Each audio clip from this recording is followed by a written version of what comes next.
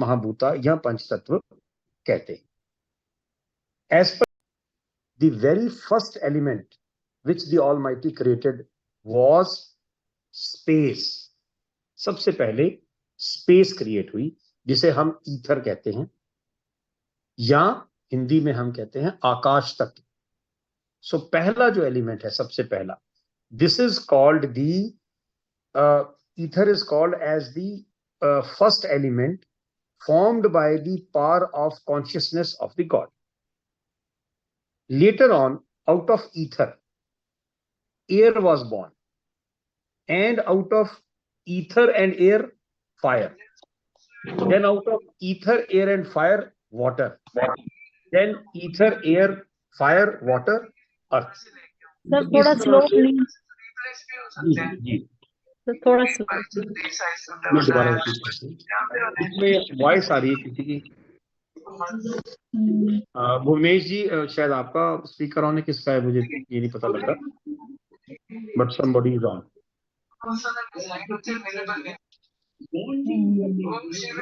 एक बार स्पीकर बंद कर दें, किसका स्पीकर चल रहा है।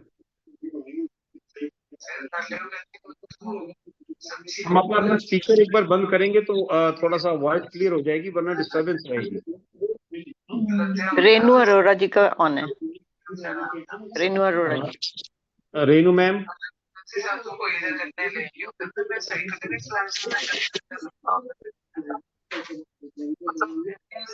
रेनू मैम प्लीज अपना स्पीकर एक बार बंद करें जी। तो मैं एक बार दोबारा से रिपीट कर देता हूँ, बिकॉज ये थोड़ा सा वास्ट है हमारा टॉपिक। पर अगर मैं ये कहूँ कि फर्स्ट ईयर के फर्स्ट पेपर में दो ही चीजें पढ़ने लायक है मेनली, 10 प्रिंसिपल्स एंड दीज 5 पंच महाभूतास। ये दो चीजें पढ़ ली तो पहला पेपर आपका ऑलमोस्ट क्लियर है, क्योंकि उसी में से सब कुछ आएगा। बाकी के क्वेश्चंस जो सारे हैं वो सब्सिडरीज हैं, मेन यही दो हैं। तो एनी हाउ, सबसे पहले जैसे मैंने बात की कि गॉड वॉज ऑलवेज देयर। तो जब सृष्टि को रचने की बात आई तो सबसे पहले ईथर, स्पेस वॉज क्रिएटेड।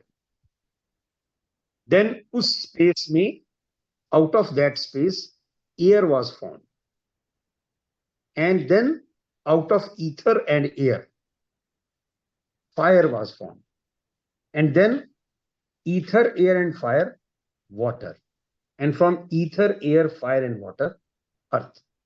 तो पंच महाभूत का अगर हम जनरेशन देखते हैं, बिकॉज क्रोनोलॉजी हमें देखनी पड़ेगी। आमतौर पर हम कई बार ये कहते हैं पृथ्वी, जल, वायु, अग्नि, आकाश। तो this is not the proper system. System क्या है? सबसे पहले आकाश, आकाश के बाद वायु, वायु के बाद अग्नि, अग्नि के बाद जल, और अंत में पृथ्वी। This is the sequence with which ultimately the srishti was created. I hope अब क्लियर है। मैं थोड़ा स्लो होके बोला हूं। Yes sir. ठीक है।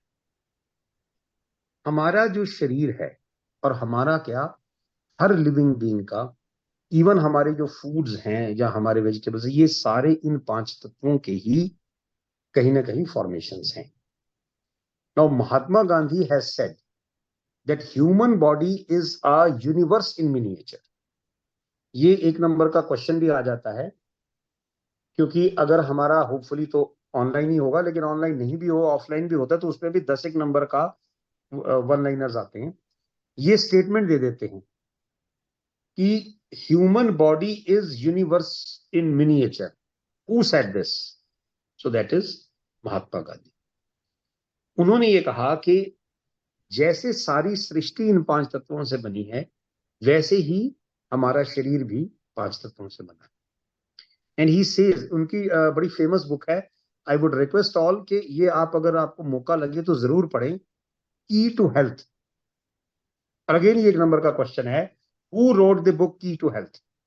महात्मा गांधी। या Mahatma Gandhi wrote one of these books, तो वो 5 बुक्स 4 बुक्स का दे देंगे आपको, कौन सी एक है?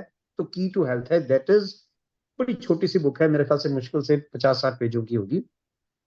Bye far it is the best book written by ये when he was in Yerwada jail, ये भी कई बार पूछा था कब लिखी गई थी, तो जेल के अंदर रह के उन्होंने लिखी थी। जनरली 3 बुक्स हमारे सेंटर से वो देते हैं, एक तो राम नाम देते हैं, एक नेचर की ओर देते हैं गांधी जी की, और एक की टू हेल्थ देते हैं। सो की टू हेल्थ अगर आपने पढ़ ली तो बाकी वो 2 उसी की मैनिफेस्टेशन है, उसमें इन सबका जिक्र आया हुआ है, और इतनी लुक्रेटिव है, इतनी प्रैक्टिकल है। इवन महात्मा गांधी ने भी अपने उसमें प्रेफेस में बोला है कि मुझे नहीं पता था, मैंने तो वैसे ही बस जेल में रहते रहते ये लिख दी, बट ये मेरी इतनी पॉपुलर होगी कि स्टिल आई डोंट बिलीव कि मेरी इतनी पॉपुलर चली गई ये बुक। सो सबसे ज्यादा जो बुक पढ़ी गई वो की टू हेल्थ थी। सो की टू हेल्थ किसने लिखी ये भी हमें पता लगा।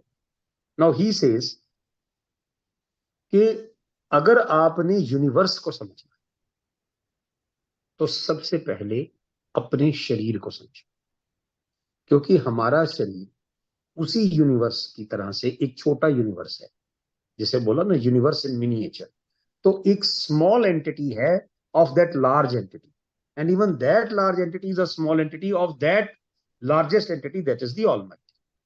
सो ऑलमाइटी की छोटी एंटिटी यूनिवर्स, और यूनिवर्स की भी सबसे छोटी सी एंटिटी हम मनुष्य या living beings.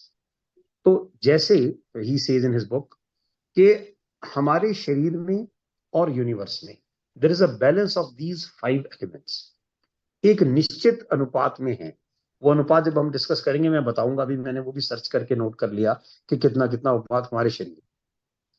So when ever this balance is disturbed, हमारे शरीर में जब ये डिस्टर्ब होता है तो आधियां व्याधियां, हमारी बीमारियां जो हैं, डिजीजेस, वो आती हैं इस बैलेंस के बिगड़ने से। क्योंकि बैलेंस बिगड़ेगा तो फॉरेन मैटर एक्यूमुलेट होता है, कहीं ना कहीं ये फिर वहीं रिलेट होता है, accumulation of foreign matters. Similarly जब इंसान के शरीर में ये बैलेंस बिगड़ता है तो डिजीजेज आती हैं, और जब यूनिवर्स में ये बैलेंस बिगड़ता है तो तूफान, भूकंप, बाढ़, ये सारा चीजें उस इम्बैलेंस का कारण है।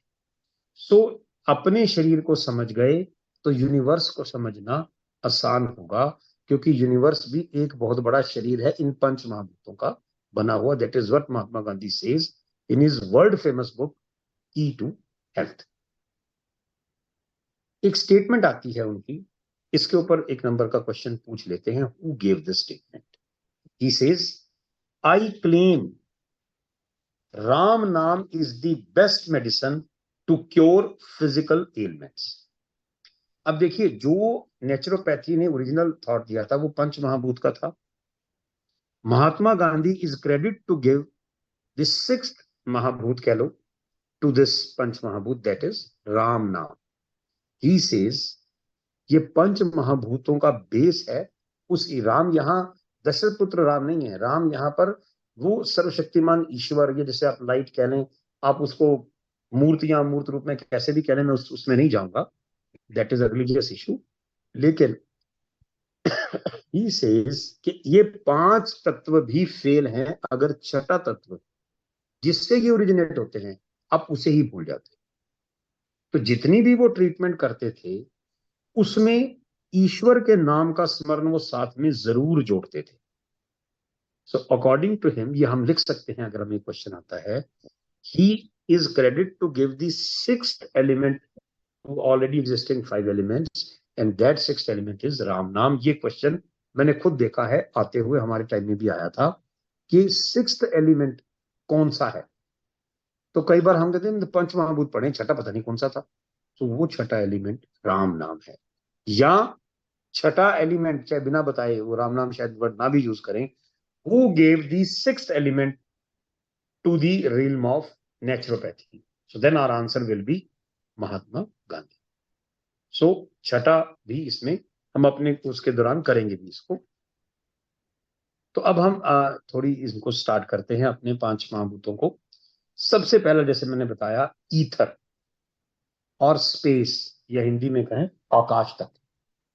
नाउ बैलेंस में इसका शेयर कितना है?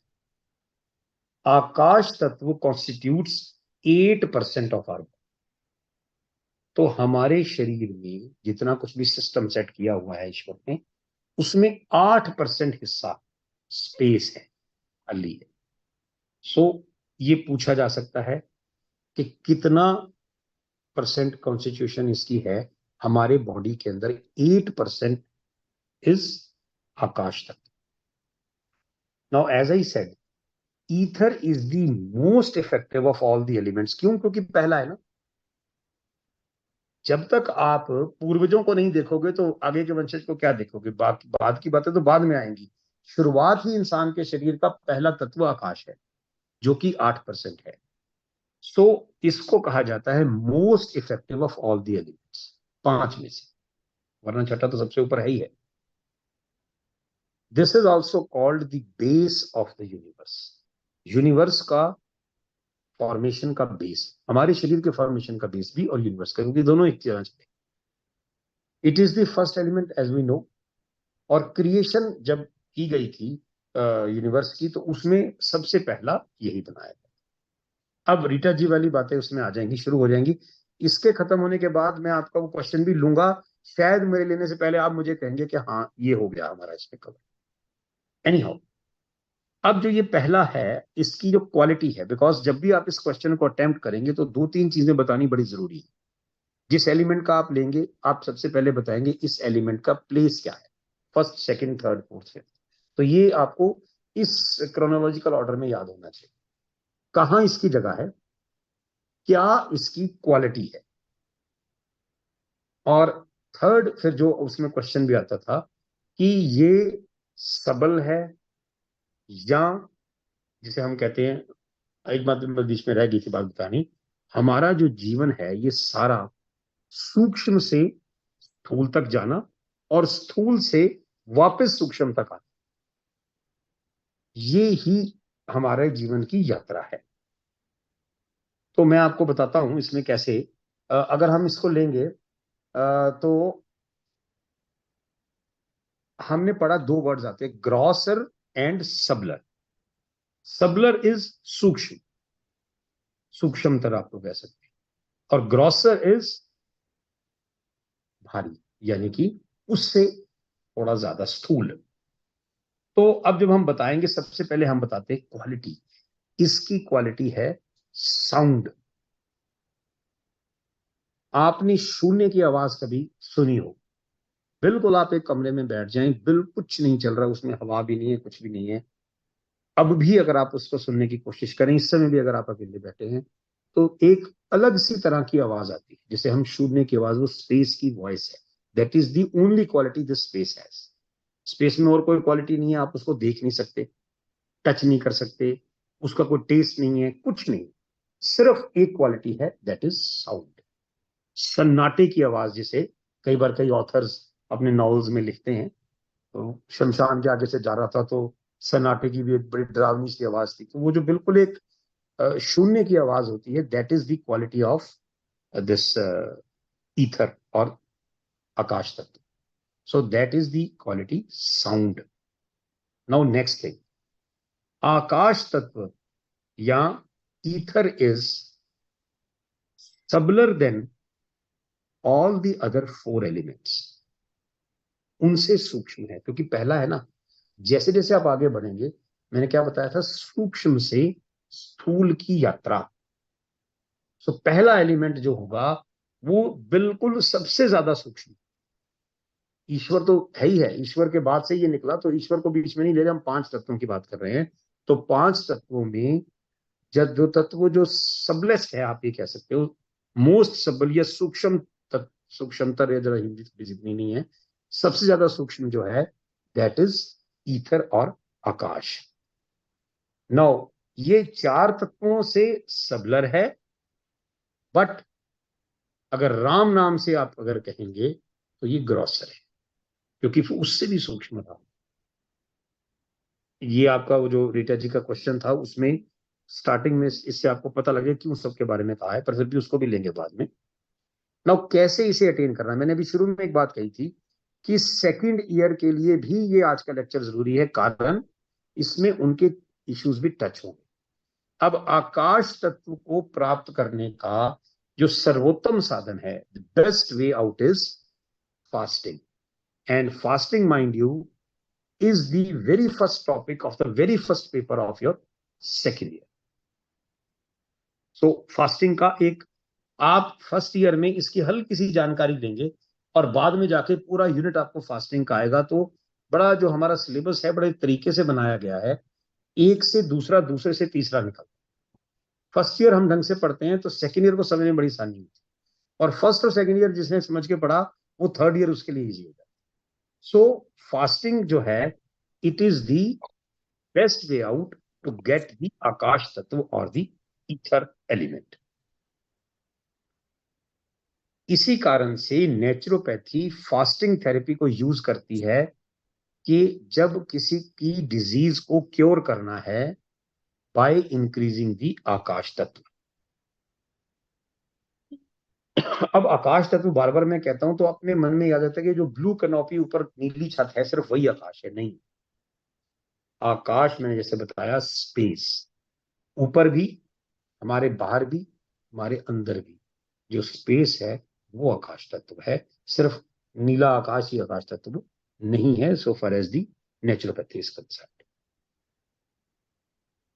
नाउ थोड़ी सी बात हम फास्टिंग पे करेंगे, बिकॉज जब आप इसको करते हैं कई बार क्या आता है, एक्सप्लेन दी ईथर तत्व, बस इतना ही आया अगर आपको ईथर एलिमेंट या आकाश तत्व समझाएं, तो उसमें आप इतनी सी आकाश की बात करके, पहला है यूनिवर्स की क्रिएशन में सबसे पहले इसको क्रिएट किया गया, ये सबका जन्मदाता है, किससे सबल है, किससे ग्रॉसर है, ये बताते हैं, इसकी क्वालिटी क्या है, इस इतना खत्म। फिर इसे प्राप्त कैसे किया जा सकता है, तो जिससे प्राप्त करते हैं फास्टिंग, थोड़ा सा फास्टिंग का जिक्र करेंगे तो आपका वो क्वेश्चन 10 आउट ऑफ 9 या 8 मार्क्स का हो जाएगा, अगर 10 मार्क्स का आता है। और अगर आपको 5 तक तो सारे आ जाते हैं तो फिर सिर्फ इतना सही बताना है कि इसे फास्टिंग से लिया जा सकता है, और उसके बाद आप इसको अगले टॉपिक पे चले जाएंगे, क्योंकि थोड़ा थोड़ा हम कैसे अटेम्प्ट करना है ये भी देखेंगे। एनी हाउ, नाउ पर्पस क्या है, हमारे शरीर में वाइटल फोर्स जो है इसके दो ही काम होते हैं बेसिकली। पहला है जो आपने फूड इंजेस्ट किया है उसे डाइजेस्ट करना, और दूसरा है उसमें से जो बेकार की चीज है उसे एक्सक्रीट करना, बाहर निकालना। आप जूस वालों को आपने देखा होगा, मौसमी का जूस पीते हैं, कुछ पीते हैं हम, तो वो ऊपर से उसके मुंह में से डालते हैं, आप इसको लीजिए, ये आपका मुंह है, उसमें आपने फूड डाला, फूड को जैसे वो मशीन चलाता है या ऊपर से वो डंडा सा उसमें दोरी से मारता है उसके अंदर, तो एक तरफ से क्या निकलता है, जूस, और एक तरफ से क्या निकलता है, फोक उसका। तो यही आप शरीर का समझ लीजिए, वो मशीन जो है वो आपकी वाइटल फोर्स है। जो भी आपने इंजेस्ट किया उसको वो पचा कर उसका जूस बना देगी, जो आपके शरीर को जाकर लगेगा, और जो उसमें बेकार का तत्व होगा उसको वो आपके एनस के रास्ते से या यूरिन के थ्रू और पसीना वगैरह सब चीजों से वो बाहर निकाल देगी। तो वाइटल फोर्स डाइजेस्ट करती है और एक्सक्रीट। अब कैसे फास्टिंग से हमें आकाश तत्व मिलता है, इसका एग्जाम्पल ये है कि आपने खाना बंद कर दिया फास्टिंग में, तो वाइटल फोर्स का एक काम रुक गया। अब मान लीजिए 100 यूनिट है उसकी, वो 50 यूनिट तो पचाने में लगाती थी, 50 बाहर निकालने में लगाती थी। जैसे ही आपने खाना रोका तो आपकी वाइटल फोर्स की शक्ति 50 से 100 हो गई, एक ही काम रह गया उसके लिए कि एक्सक्रीट करो। तो जो भी आपके शरीर के अंदर फालतू का विजातीय तत्व या फॉरेन मैटर पड़ा हुआ है, वो उसे फुल विगर और फुल फोर्स से निकालने में लग जाएगी। और जब वाहियात चीज या फजूल चीज निकलेगी तो क्या क्रिएट हो, स्पेस, आकाश तत्व। So this is the finest way to create akash tattva in our body, अगर कहीं वो हमने फूल जलोल खा खा के भर रखा है। फास्टिंग इसलिए आपके शरीर में स्पेस क्रिएट करती है क्योंकि ये वाइटल फोर्स की शक्ति को बढ़ा देती है for the purpose of excretion of foreign. और मेटाबॉलिज्म हमारा तेज होता है, ये तो है ही, ब्लड प्योरीफाई होता है इससे। तो क्योंकि जो हम ऑक्सीजन इनहेल करते हैं फास्टिंग के दौरान, वो फॉरेन मैटर को बर्न कर देती है, बिकॉज रास्ते में कुछ नहीं आता उसके, अदरवाइज वो वहां तक पहुंचने से पहले वो आपका खाना बर्न करती आती थी। तो अब खाना तो है ही नहीं, तो जो आप पीछे से खा बैठे हैं इतने सालों से, और उसने अंदर मल वगैरह जो भी जमा कर रखा है उसको डाइजेस्ट करने के लिए ऑक्सीजन भी आपका साथ देगी। और इसलिए फास्टिंग सारी ब्लड की इंप्योरिटी मिटाकर आपका विजातीय तत्व को निकालकर आपके शरीर को प्योरीफाई करती है। रादर ये कहा जाता है कि बॉडी माइंड एंड सोल को प्योरीफाई करती है फास्टिंग। बिकॉज फास्टिंग के साथ हम देखते हैं रिलीजियस टच भी आ जाता है। मैं शिव जी के फास्ट रख रहा हूँ, मैं हनुमान जी का फास्ट रख रहा हूँ, या और भी जिसमें आप करवा चौथ का भी फास्ट। तो करवा चौथ ठीक है, पतियों की लंबी उम्र है, इसमें अपनी भी उम्र लंबी, तो खुद को भी फायदा है। और हमारे जितने स्क्रिप्चर्स हैं, जैसे बाइबल, बाइबल में फास्टिंग का जिक्र है। कुरान, कुरान में रोजा, ये रोजा भी वही है। अल्लाह की राह में रोजा नहीं है, वो रोजा सिर्फ आप अपनी राह में ही रखा। और ऐसे ही फास्टिंग हमारे हिंदू स्क्रिप्चर्स में तो फास्टिंग भरी हुई है, इसके बारे में काफी ज्यादा कहा गया है। फास्टिंग का जो इफेक्ट है वो सीधा हमारे एंडोक्राइन ग्लैंड्स पर पड़ता है। तो जितनी भी बीमारियां एंडोक्राइन सिस्टम से रिलेटेड हैं वो इससे क्योर होती है। और खास तौर पर जो एक्यूट डिजीज हैं, जैसे हाई फीवर है, डायरिया है, डाइसेंट्री है, लूज मोशंस हैं, कोल्ड, कफ, स्मॉल पॉक्स, ये सारे और ऐसे और भी कई फास्टिंग से रिमूव होते हैं। जनरली हम ये कहकर फिर इस टॉपिक को एंड करेंगे, इस आकाश तत्व को, कि fast generally once in a week रखना चाहिए, या हद से हद 2 वीक्स में एक बार। This is the ideal way out. आप हफ्ते में एक दिन अगर फास्ट रखते हैं तो वो आपका सिस्टम को क्लियर कर देता है अगले हफ्ते के लिए, बॉडी को तैयार। तो ये मेरे ख्याल से अनफ है। इतना हम अगर आकाश तत्व के बारे में बात करेंगे अपने एग्जामिनेशन में। थोड़ा सा मेरे टीचिंग में एक फर्क होगा, आप ये देखेंगे मैं ज्यादातर उसको कन्फाइन करके रखता हूं एग्जामिनेशन पर्पज से।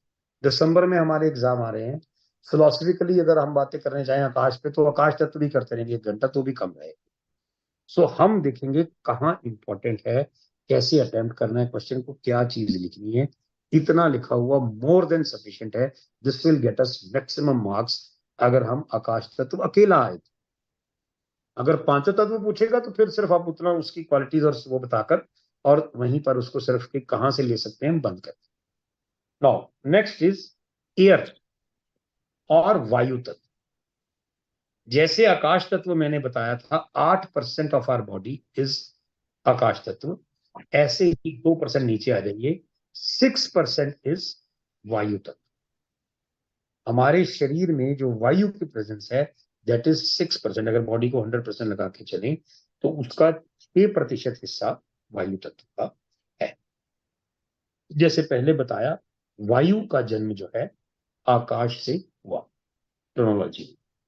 अब आगे आई तो एक क्वालिटी और आ गई इसकी। आकाश की क्वालिटी थी सिर्फ साउंड, वायु की है साउंड एंड टच।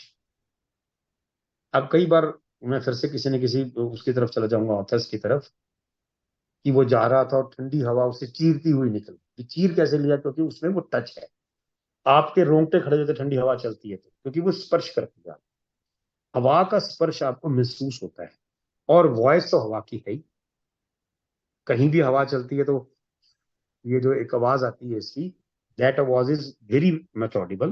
तो sound and touch, these two are the qualities of वायु तत्व। नाउ ये ग्रॉसर है ईथर से, यानी कि स्थूल, हमने कहा ना सूक्ष्म से स्थूल। तो अगर आप ये 5 याद कर लेंगे तो आपको अपने आप याद हो जाएगा कि हर दूसरा अपने पिछले वालों से स्थूल होगा और हर पहला अपने अगले वालों से सूक्ष्म। क्लियर? तो अब यहां पर जैसे हमने कहा कि ईथर जो है वो बाकी चारों तत्वों के मुकाबले में सबलर है या सबलेस है, आप कह सकते हैं। इसी तरह से जो एयर है वो बाकी तीनों से सबल है, सबलर है, और पिछले वाले से अपने से यानी कि आकाश से स्थूल है, यानी कि ग्रॉस है। सो कैसे ग्रॉसर और कैसे सबलर, वो रीटा जी के क्वेश्चन में था। मुझे लगता है कुछ कुछ क्लियर होना शुरू हुआ होगा। नाउ हवा हमारे जितने भी जीव हैं उनका प्राण है, प्राण वायु भी इसको बोलते हैं। So it is the most essential food for the living beings, because अगर हवा ही बंद हो जाए तो हम जी नहीं सकते। कैसे मेंटेन करते हैं, अब देखिए दूसरा फिर से सेकेंड ईयर का टॉपिक आता है। सेकेंड ईयर में टॉपिक है मैनिपुलेटिव थेरेपी। मैनिपुलेटिव थेरेपी क्या है? मसाज। तो मसाज एक बहुत इंपॉर्टेंट सोर्स है टू गेट वायु तत्व, क्योंकि वायु जो है, वायु का मतलब है मूवमेंट। हवा चलती है तो चीजें मूव करती है, और वो चलती है अंदर तो भी हमारा ब्लड सर्कुलेट करता है सारा। सो वो सर्कुलेट नहीं करेगा तो हमारे शरीर के, क्योंकि ब्लड के साथ साथ ऑक्सीजन जाती है हमारे शरीर के हर अंग तक, वायु ही रुक जाएगी बाहर और अंदर तो बस मूवमेंट बंद हो जाएगी। दैट्स व्हाई दे से कि उसके बिना हम जी नहीं सकते। तो मसाज हो गया। दूसरा है एयर बाथ। अब दूसरा बात तो हमने देखा, बाल्टी में से पानी डाला नहा लिए। एयर बाथ क्या है? एयर बाथ कुछ नहीं है, सुबह सुबह आप मॉर्निंग वॉक पे जाते हो, ठंडी ठंडी हवा आपको टकराती है, तो आपको इसे वायु स्नान कहते हैं। नेचुरोपैथी में एयर बाथ का मतलब और कुछ नहीं है, it is walking in the air, open air during the morning. क्योंकि बाद में दोपहर में वो बात नहीं होगा, वो तो जलाएगा आपको दूध। तो सुबह सुबह वाली जो है, या समटाइम्स इवन शाम की भी, और ठंडे मौसम में वो एयर बाथ माना जाता है। सो मसाज हो गया, एयर बाथ और मॉर्निंग वॉक हो गई। प्राणायाम, सॉरी वो भी, क्योंकि सांस लेना और वायु से रिलेटेड है तो वो भी वायु तत्व देते हैं। आसन, और आसनों में भी खास तौर पर सूर्य नमस्कार। सूर्य नमस्कार जो है वायु तत्व लेने का एक बहुत अच्छा सोर्स है। इसके अलावा ग्रीन लीफी वेजिटेबल्स, हरी पत्तेदार सब्जियां हमारे शरीर में वायु तत्व को डालती हैं। तो जिनको वायु विकार होते हैं उन्हें कहते हैं भी हरी पत्तेदार सब्जी ज्यादा ना खाओ, बिकॉज वायु पहले ही ज्यादा है इसकी, तो वो और वायु करेगी तो फिर गैस पास करेगा, आसपास वालों के लिए दिक्कत हो। एनी हाउ, ये तो लाइटर साइड में हो गया। नाउ हम अपने नाक के अलावा भी सांस लेते हैं। खाली नाक से नहीं, हमारे शरीर के अंदर छोटे छोटे रोम छिद्र हैं। सो जो पोर्स हैं हमारे, हमारी बॉडी, मिलियंस ऑफ पोर्स हैं हमारी बॉडी में, उनसे भी वायु अंदर जाती है।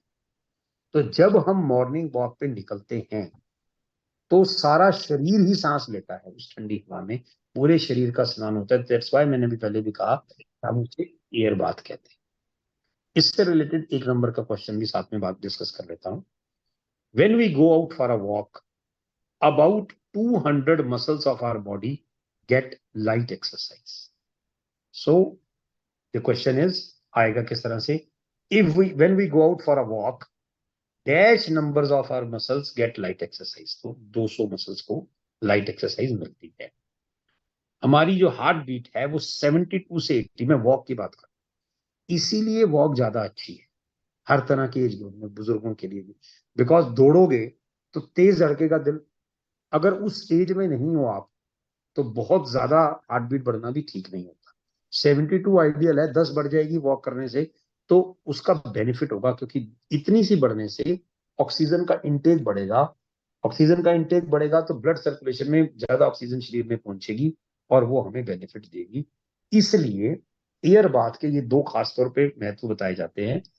200 मसल्स हमारे लाइट एक्सरसाइज ले पाते हैं, और 72 से 82 हार्ट बीट होने से हमारे शरीर में ऑक्सीजन ज्यादा जाती है, ब्लड भी हमारा प्योरीफाई होता है। इतनी सी बात एयर बाथ पे, क्योंकि 5 नंबर का कई बार एयर बाथ पे शॉर्ट नोट भी आ गया। तो नहीं पता तो कई बार सोचते भी एयर बाथ तो पता नहीं, बात तो सीखा तो नहीं लिख पाते, लेकिन जब इतना पता होगा तो बाकी तो एक्सटेंशन है हमारे दिमाग से, हम 4 लाइनें और भी लिखाएंगे। 5 नंबर के लिए इतना ही। ऐसे ही प्राणायाम, प्राणायाम में हम क्या करते हैं, जो हमारी ब्रेथ का फ्लो है उसे रेगुलेट करते हैं या उसको रोकते हैं। इसके 3 पार्ट हैं। ये 3 पार्ट एक के लिए हैं, रेचक, पूरक और कुंभक। Now rechak is exhaling, purak is inhaling, and kumbhak is stopping it. तो सांस को छोड़ना, लेना और रोकना। सो छोड़ना हो गया रेचक, ये पता होना चाहिए बिकॉज पूछा जा सकता है। एक्सेलिंग इज रेचक पूरक कुंभक, इनहेलिंग इज रेचक पूरक कुंभक, स्टॉपिंग इज रेचक पूरक कुंभक। तो वो हमें पता हो कि एक्सेल करना रेचक है, इनहेल करना पूरक है और स्टॉप करना, उसको रोकना, कुंभक है। प्राणायाम से हमारी जो कंसंट्रेशन लेवल है वो बहुत गुना बढ़ जाता है, एकाग्रता आती है हमारे में, और ब्लड प्योरीफाई इससे होता ही होता है। और जो प्राण वायु है उसका क्या मकसद है, नॉर्मल जब हम सांस लेते हैं तो एक थोड़ी सी स्पीड है जिससे वायु हम, और जब हमने उसको प्राणायाम की सेंस में लंबा लिया, इस तरह छोड़ा, तो वो अंदर तक आपके बॉडी के हर पार्ट तक, जहां नॉर्मली कई बार नहीं पहुंचा करता था, वहां तक पहुंचता है ब्लड भी और ऑक्सीजन भी। सो इसलिए प्राणायाम प्राण वायु का संचार करते हुए कहे जाते हैं। अब आसन भी एक अच्छा इसका वो है, तो प्राणायाम पर हम फर्स्ट ईयर के लिए इतना ही लेंगे।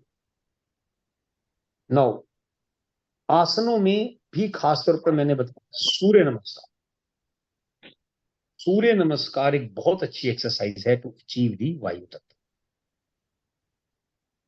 आमतौर पे नॉर्मल उसके अंदर कोई विशेष किसी उसके लिए कर रहे हैं तो अलग बात है, 5 सूर्य नमस्कार 2 से स्टार्ट करके या 1 से भी स्टार्ट करके 5 तक का रूटीन, 5 सूर्य नमस्कार का आप रखते हैं।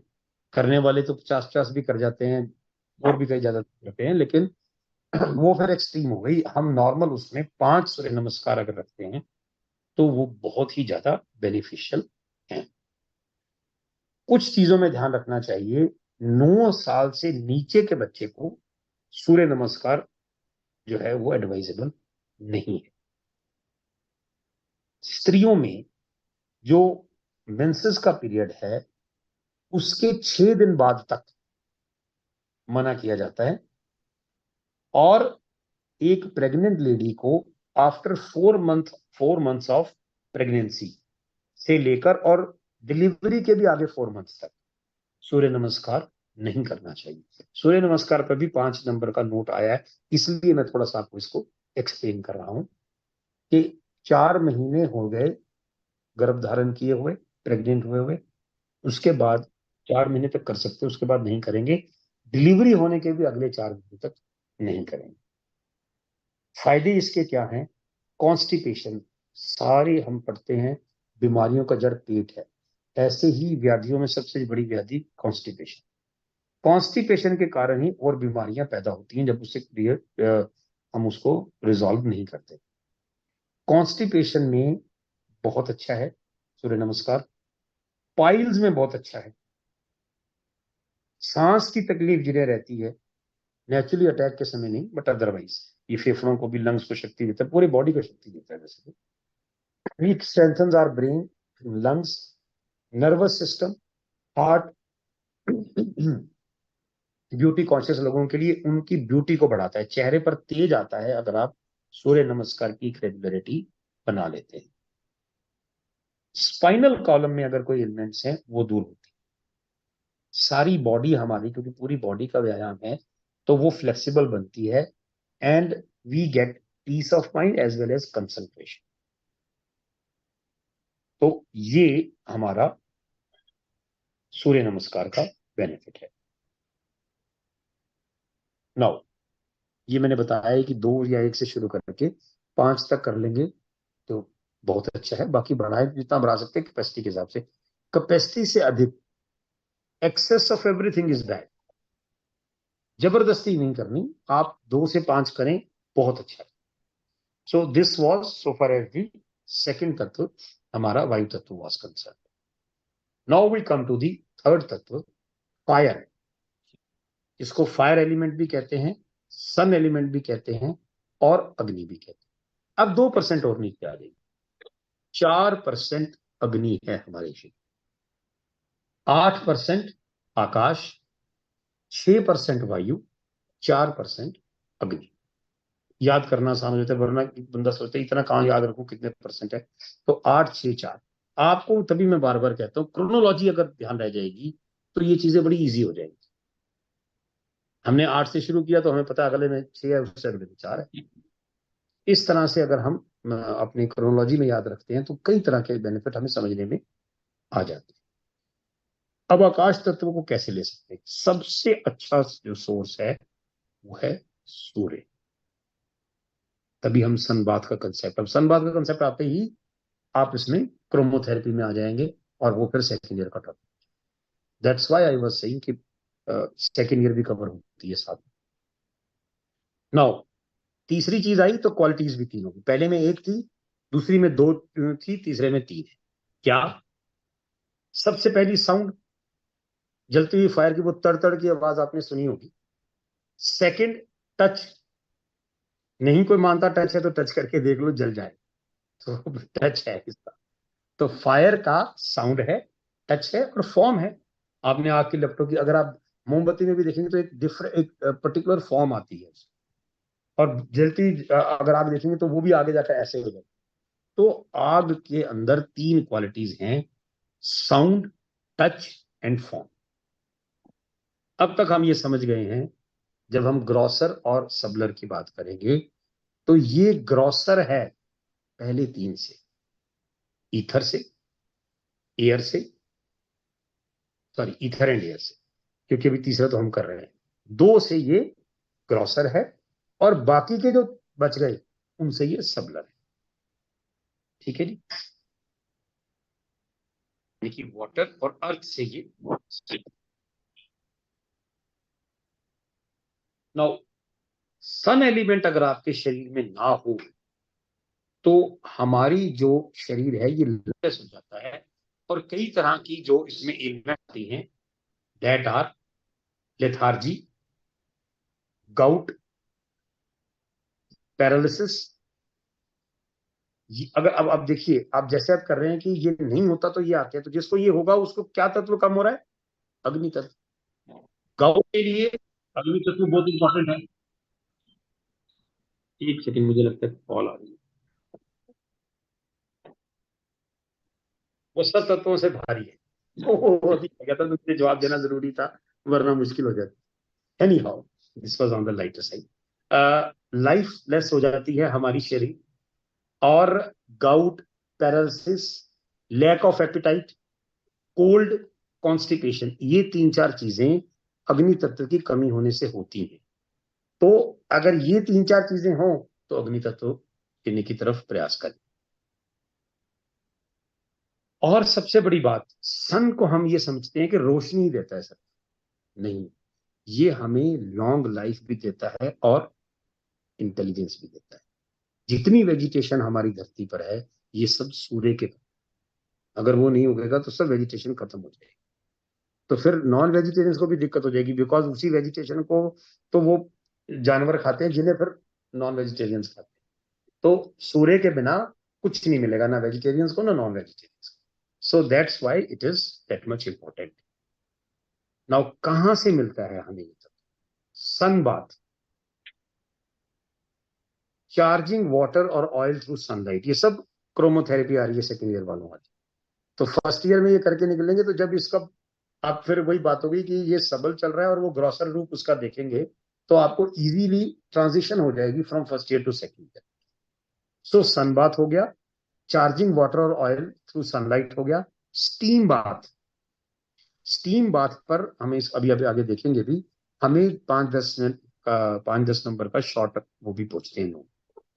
Steam bath, drinking hot water, hot foot bath और heating by hot water bottle हम घर पे कई बार सर्दियों में करते हैं, ये सब हमें अग्नि तत्व देता है। और जो सनराइज फ्रूट्स होते हैं, अब इसमें कई बार क्या है, हम पके हुए फल दे देते, पके नहीं, जो सूर्य से पके हैं। आपने घर में लाकर उसको चादर में ढक के रख दिया और वो पक गया तो उसमें सूर्य तत्व नहीं है। पेड़ से जो पका हुआ तत्व, जो फ्रूट होगा, इसके अंदर जो अग्नि तत्व है, जो फायर एलिमेंट है, वो होगा। और अगर आपने घर पे रख लिया और बनाया तो फिर वो नहीं है। सो पके हुए फल, हम कई बार पके हुए फल कहते हैं तो दिमाग में सिर्फ पके हुए फल जाते हैं, नहीं, पके हुए फल कौन से हैं? सन राइप फ्रूट्स। जो सन राइप फ्रूट्स हैं they have a good source of fire element. अब हमने जो कुछ बातें की थी, क्योंकि इन पे नोट्स आए हैं तो मैं थोड़ा थोड़ा उसकी बात कर लेता हूं। जैसे सन बाथ। सन बाथ क्या है? The exposure of body to the sun rays is called sun bath. सूर्य की किरणों से शरीर पर स्नान कराना। तो कैसे करते हैं? हम एक मैट या ब्लैंकेट सा बिछाकर ऐसी जगह पर जहां पर खुली जगह हो, प्लेंटी ऑफ सनलाइट हो, लेकिन हवा नहीं होनी चाहिए। ना हो तो हो ही नहीं सकता, मीन्स चलती हुई हवा में नहीं। तो जगह ऐसी होनी चाहिए कि अगर वो एनक्लोज्ड होता है, ऊपर छत नहीं है, तो इसलिए हवा नहीं आ रही लेकिन सूर्य आ रहा है। क्योंकि आपने अपनी बॉडी को ऊपर कपड़े नहीं होंगे तो फिर हवा उस समय उसका मिक्सर गड़बड़ हो जाएगा। तो इसलिए हमें प्लेंटी ऑफ सनलाइट चाहिए, but no strong wind should be there. Normal wind is okay.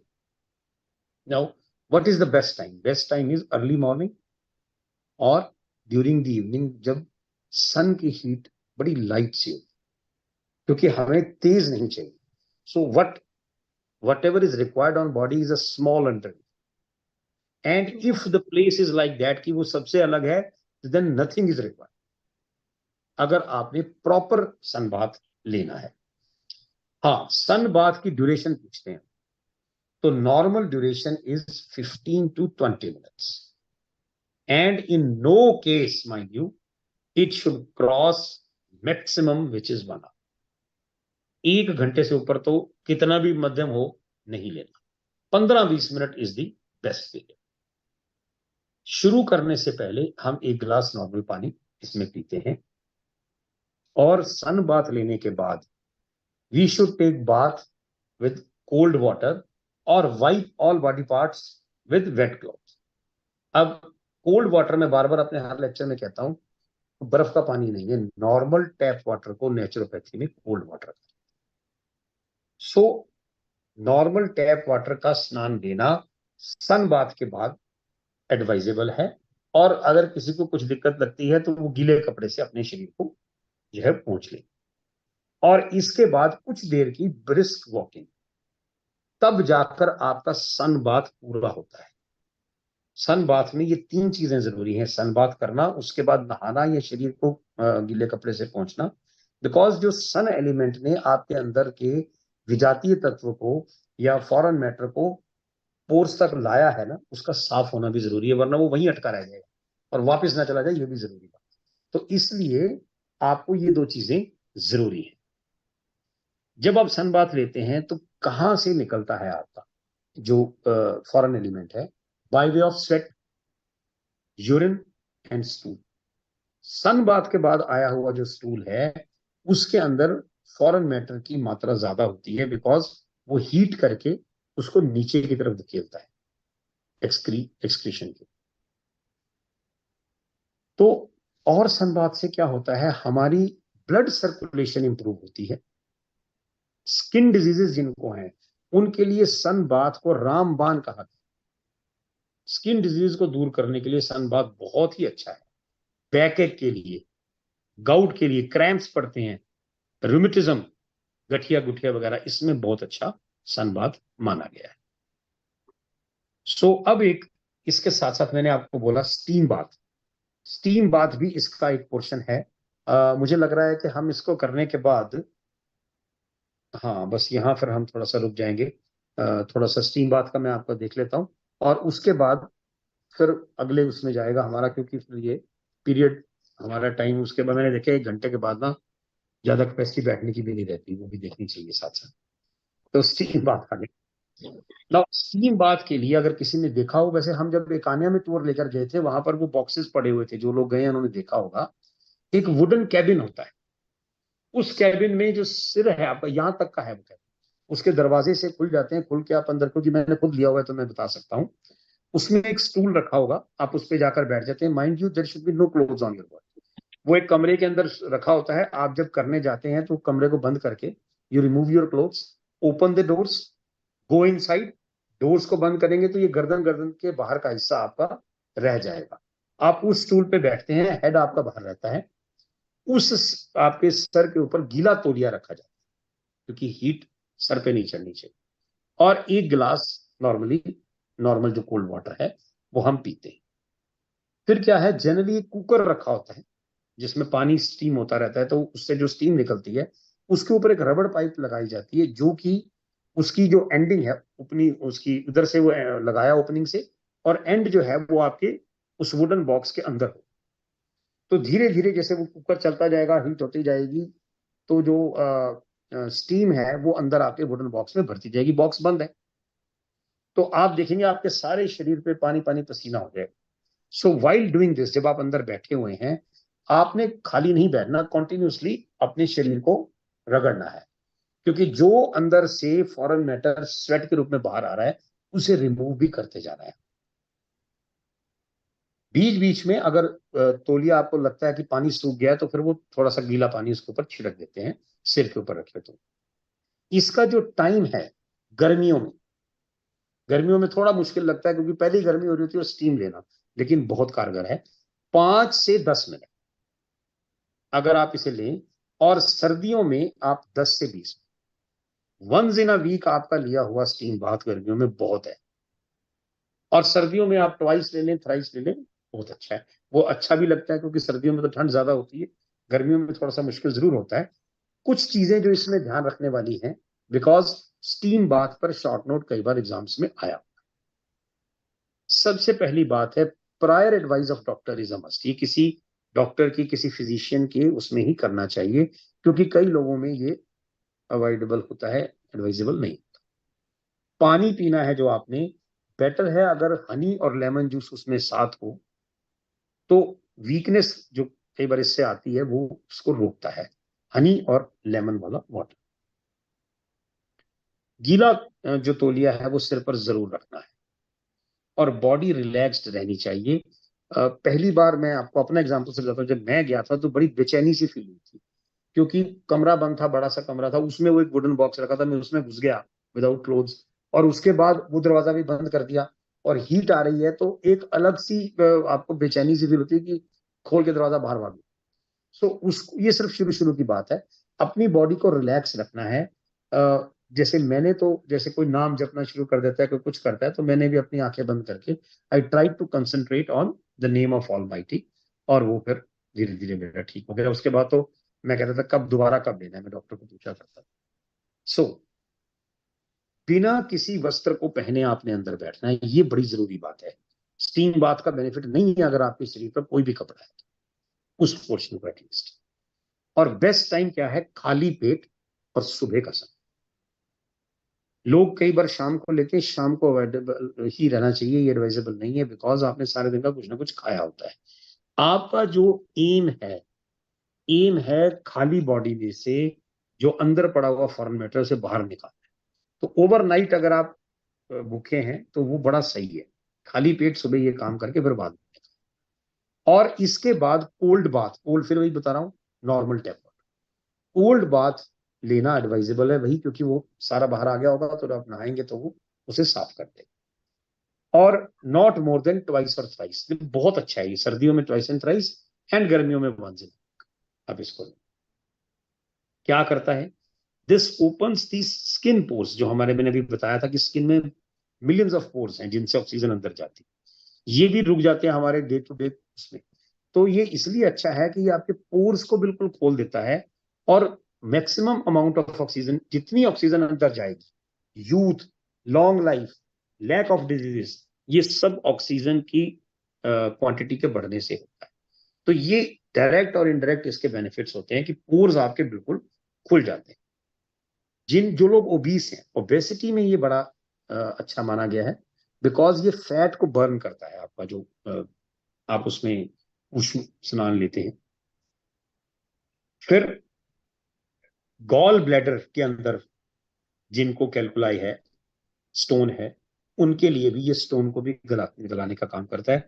लंबे पीरियड तक ये लिया हुआ ऐसे केसेस देखे गए हैं जिसमें इसकी जरूरत नहीं रहती ऑपरेशन की भी, अगर आप इसे रेगुलरली रखें तो। अस्थमा, अस्थमा के लोगों में ये बहुत अच्छा है। किसी को यूरिनरी ब्लैडर से रिलेटेड या लिवर से रिलेटेड डिजीज होती है, उसके लिए बहुत अच्छा माना जाता है। कोल्ड में तो यही है। स्किन डिजीज जैसे एक्जिमा हो गया, इचिंग हो गई, उसमें भी बहुत अच्छा है। प्रिकॉशन क्या है जो मैंने पहले भी बताई कि आपने बैठे हुए बॉडी को रब करना है। जो आपके बॉडी पर जो वो ऊष्मा के कण उसके बन रहे हैं स्टीम के, वो उनको वहां रहने नहीं देना, उसको हटाओ, क्योंकि वो हटेंगे तो फिर नीचे से दूसरा फॉरेन मैटर बाहर आएगा, नहीं तो वो वही ब्लॉक कर देगा तो अंदर का अंदर ही रह जाएगा, फिर फायदा नहीं। जिन लोगों को हाई बीपी है या जिनको हार्ट डिजीज, उन लोगों को कोल्ड बैंडेज लगाकर अपनी चेस्ट पे फिर स्टीम बाथ लेना चाहिए, नहीं तो कई बार हाई। ना एक बात जो आई कि हम ये कहते हैं कि स्टीम बाथ के बाद आपने कोल्ड बाथ भी लेना है, उसका क्या सिग्निफिकेंस है, क्योंकि ये भी ना एक क्वेश्चन मैंने एक आधे पेपर में देखा था, significance of cold bath after steam bath, right A short. तो क्या है, जिनको रिमेटॉइड आर्थराइटिस होता है उसकी पेन को ये रिमूव कर देता है अगर आप उसके बाद कोल्ड वाटर बाथ लेते हैं तो। ब्लड सर्कुलेशन इससे इंप्रूव होती है, हाइपरटेंशन रिड्यूस होती है, और वेसो कॉन्स्ट्रिक्शन, जब आपकी जो वेसल्स हैं वो सिकुड़ जाती हैं तो वो भी उससे फिर ठीक होता है। बॉडी के अंदर जो एंटीऑक्सीडेंट कैपेबिलिटीज हैं उनको इंक्रीज करता है, और हमारे वाइट ब्लड सेल्स जो WBC हैं, ये रोगों से लड़ने के लिए हमारा एक पोटेंट हथियार या सेनापति कह लो शरीर का माना गया है। तो आप अगर स्टीम बाथ लेने के बाद कोल्ड वाटर बाथ लेते हैं तो वाइट ब्लड सेल्स को ये इंक्रीज कर, इसलिए भी इंपॉर्टेंट है। फिर जो रेस्पिरेटरी इंफेक्शन होती है शरीर की, उनको दूर करता है, और आपको जो लोग बीमार रह के उठे हैं उनको इलनेस से क्विकली जो है ये रिकवर करता है।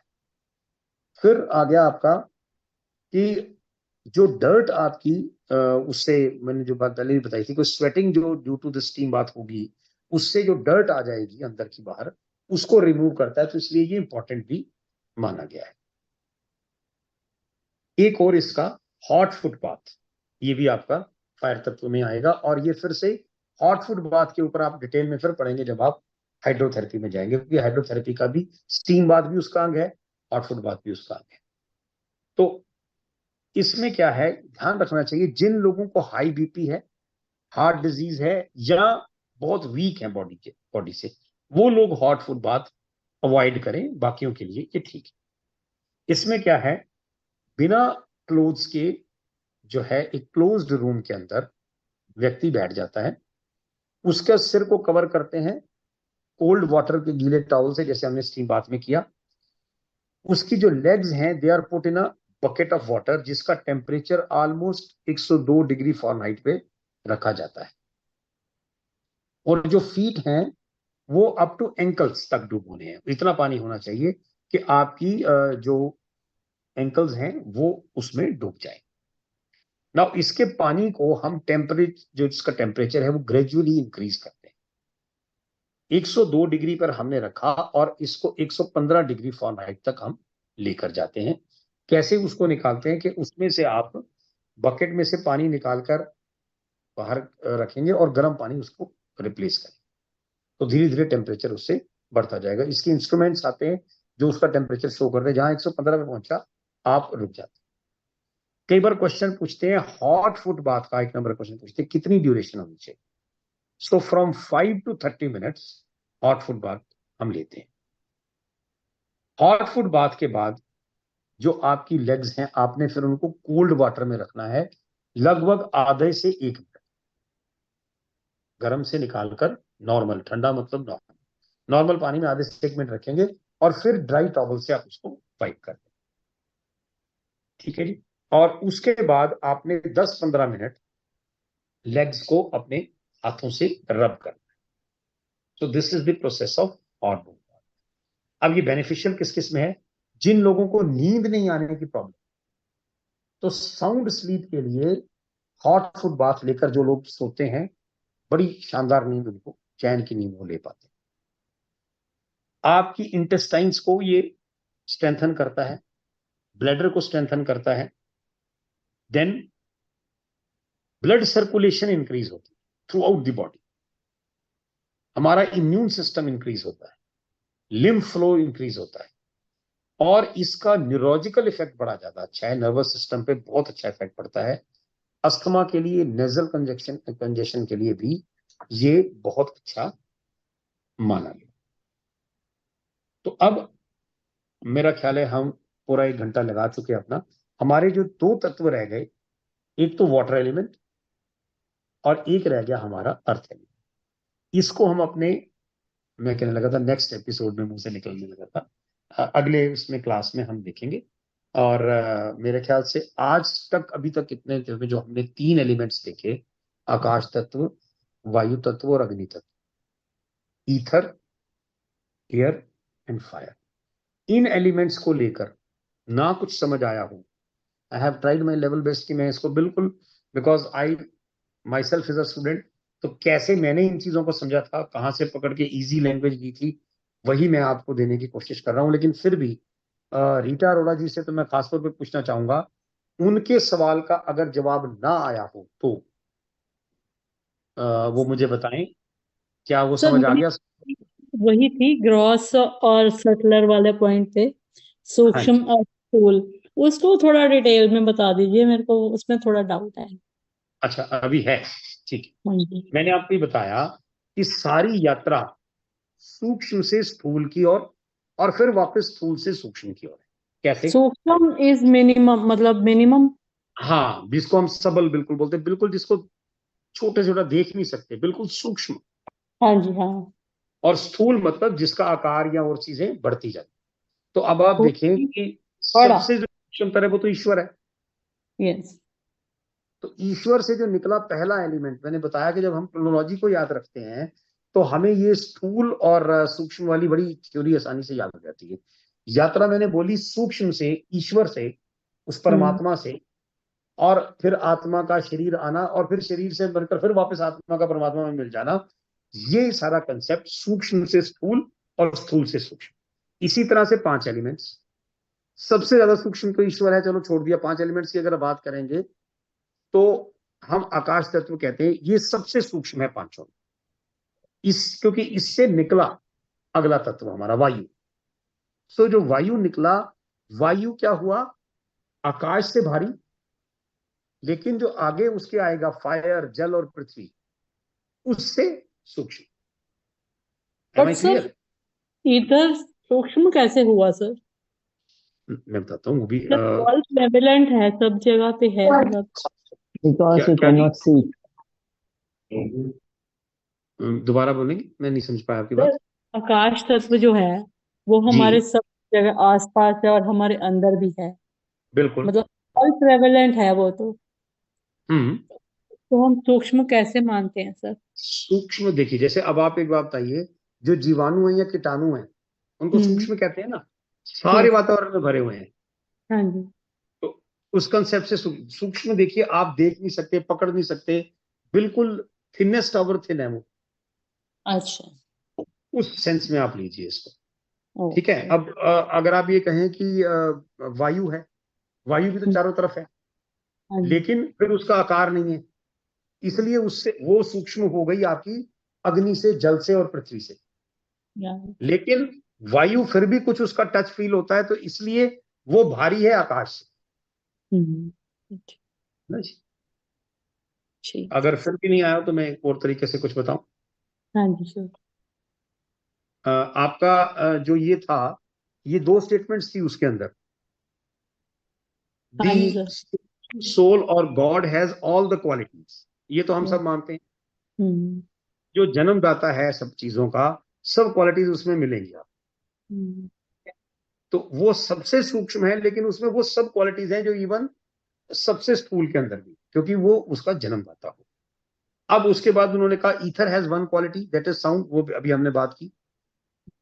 Air has 2 qualities, sound, air का चलने का आवाज आती है, और टच, जो हमें छूती है एयर तो हमें पता लगता है। Hmm. Then it says fire has got 3 qualities, form.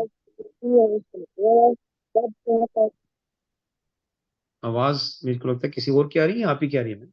नहीं, और किसी की है सर। जी जी। अच्छा, वाटर का फिर बताया 4 क्वालिटीज। वाटर का आपने कल कल पानी गिरता है तो साउंड सुना है उसका। वाटर को आप पकड़ सकते हो, टच कर सकते हो। वाटर की फॉर्म है, किसी भी फॉर्म में पड़ा हो, चाहे तालाब में है, चाहे बॉटल में है, चाहे किसी में है। एंड लास्ट उसमें रस बताया। मैं कई बार ये कहता हूं कि सबसे स्वाद चीज जो जिंदगी की है वो पानी है। तो प्यास लगी हो, पानी पियो तो उसका स्वाद पता लगता है क्या है। सो जो टेस्ट है, फायर का टेस्ट नहीं है, एयर का टेस्ट नहीं है, आकाश का भी टेस्ट नहीं है, बट इसमें वो फोर्थ क्वालिटी टेस्ट की है। अब अगर मिट्टी पर आप आते हैं तो मिट्टी में वो साउंड भी है। जब अगर आप उसमें कुछ लगाते हो दब दब की आवाज आएगी। उसमें आपका टच भी है, मिट्टी तो पृथ्वी को टच कर ही सकते हैं। उसकी फॉर्म भी है, मिट्टी किसी फॉर्म में भी पड़ी हो। एंड उसके अंदर आपका रस भी है। मिट्टी खाएंगे तो कई बच्चे मिट्टी खाते हैं, उनको स्वाद उनको पता होता है। एंड स्मेल, एक वर्ड आपने अगर थोड़ा लिटरेचर पढ़े तो वो कई बार बोलते हैं बारिश के बाद मिट्टी की सौंधी सौंधी खुशबू। हाँ जी, हाँ जी। आप मिट्टी पे पानी डालें तो एक अलग सी तरह की स्मेल आती है। So mitti has got the smell also. So ये तो आपका फर्स्ट पैराग्राफ हो गया। फिर उसमें अगले सेकंड पैराग्राफ में लिखा था, it should be noted that all these 5 elements are manifestations of God. जैसे मैंने बताया, सूक्ष्म से स्थूल, तो गॉड की मैनिफेस्टेशंस हैं। गॉड और the supreme soul, it is written. Ether is the most subtle. Ether is the most subtle manifestation of God. Air is grosser. इसी तरह से फायर उससे ग्रॉसर, और फिर वाटर, और वाटर से फिर आगे जाके पृथ्वी। एम आई क्लियर या कुछ और बात रहती? ठीक है सर, वेरी क्लियर सर। क्योंकि अगर नहीं भी अभी भी आए तो जरूर बताओ, क्योंकि जब तक हम चीज क्लियर ही नहीं करेंगे हम आगे नहीं बढ़। वही है ना, ये इन चीजों का बेस था ना, इसीलिए मैं थोड़ी हटकी हुई थी इससे ना। कोई बात नहीं, कोई बात नहीं। क्योंकि किसी चीज में हम भी आपकी स्टेज पे थे, मैंने भी पढ़ा भी ग्रॉसर ये क्या चीज है, थैंक यू। तो इस तरह से पता। Thank you very much. Thank you ji. Any other question? Right sir, बाकी सब क्लियर हो गया सर। एक छोटे बच्चे का भी क्वेश्चन आ रहा था, कुछ आवाज आ रही थी किसी की। ठीक है जी, देन गुड नाइट। फिर नेक्स्ट क्लास में मिलेंगे जी, बाकी के 2 एलिमेंट्स पढ़िए। Thank you, good night. Good night. Thank you.